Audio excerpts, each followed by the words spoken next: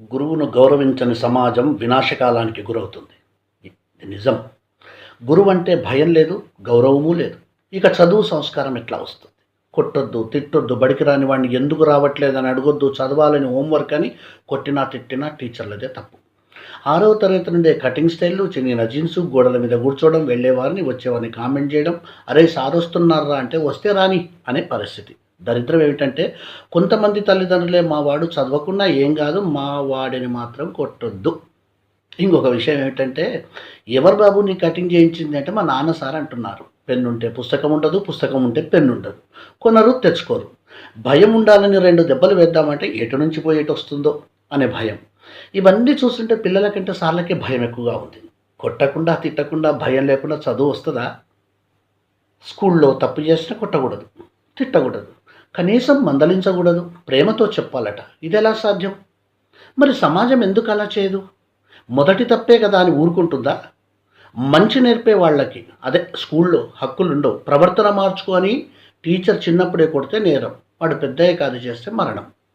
తల్లిదండ్రులకు నా మనవి, పిల్లల్లో మార్పు కేవలం ఉపాధ్యాయులతోనే జరుగుతుంది. ఎక్కడో ఒకటో అరో ఒకరిద్దరు టీచర్లు చేసిన తప్పులకు ఉపాధ్యాయులనందరికీ ఆపాదించవద్దు. 99% విద్యార్థులను బాగు చేయాలన్నదే టీచర్లు అనుకుంటారు. మేము చదువుకునే రోజుల్లో కొంతమంది టీచర్లు మమ్మల్ని దారుణంగా కొట్టేవారు. అయినా ఏనాడు మా పేరెంట్స్ వచ్చి టీచర్లను నిలదీయలేదు. మా బాగు కోసమే అని అనుకునేవారు. ముందుగా తల్లిదండ్రులు టీచర్ అంటే గౌరవం, భయం ఉండేటట్టు పిల్లలకు మానసిక తర్ఫీదు ఇవ్వాలని మనవి. తల్లిదండ్రులు ఒక్కసారి మీ పిల్లల భవిష్యత్తుపై ఆలోచించండి. పిల్లలు చెడిపోవడానికి స్నేహితులు, ఉపాధ్యాయులు, ఫోన్లు, మీడియా 10%, కానీ 90% మాత్రం తల్లిదండ్రులే. పిల్లల్ని గారాబం శృతిమించితే మొత్తానికి నష్టం వస్తుంది. పిల్లల పట్ల మనం పాటిస్తున్న అజ్ఞానం, మూఢనమ్మకాలు, స్వార్థం, అతి ప్రేమ వారిని చాలా వరకు బద్ధకస్తులు చేస్తూ వారిని నాశనం చేస్తున్నాయి. నిజం. అందుకే తల్లిదండ్రులు మారాలి. రేపటి సమాజానికి ఏమి నేర్పుతున్నామో ఒక్కసారి ఆలోచించండి. సంస్కృతి, సంప్రదాయం అంటే ఏమిటి? కేవలం గుడికి వెళ్ళి పూజలు, ప్రార్థనలు చేసి మన సంస్కృతి సాంప్రదాయం అని పిల్లలకు అలవాటు చేస్తున్నాం. అది మాత్రం కాదు. సాంప్రదాయం అంటే అలా అనుకోవడం కొంత పొరపాటు.